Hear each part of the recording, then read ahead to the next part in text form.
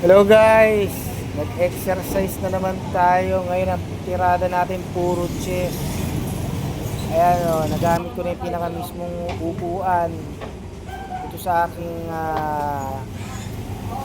pambahay na workout. Ayan o.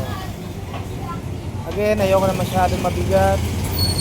Ang purpose lang natin maintain yung ating good blood circulation, yung ating cholesterol, and good mood tayo. Hindi tayo professional hindi tayo pro. Ayoko na masyadong mabigat. Ayan. Pero nakakompleto tayo na pang gear. Ayan, nakasapatos tayo for less injury. Ayan na. Guwapo, di ba?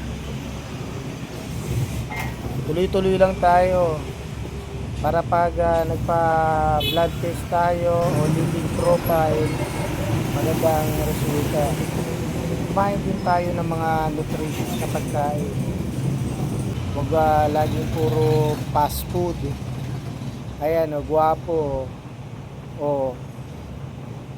Mga 30 minutes to 1 hour kung gusto mag-workout. Ayan sabi nga sa akin nung kakilala ko, napakaswerte ko doon, may sarili akong gamit sabi ko okay yan kasi mahirap mismo sa gym ayan pang finishing ko yan kita ninyo guys, isang machine lang ang gamit ko pero maraming kagamitan. Sige guys, God bless.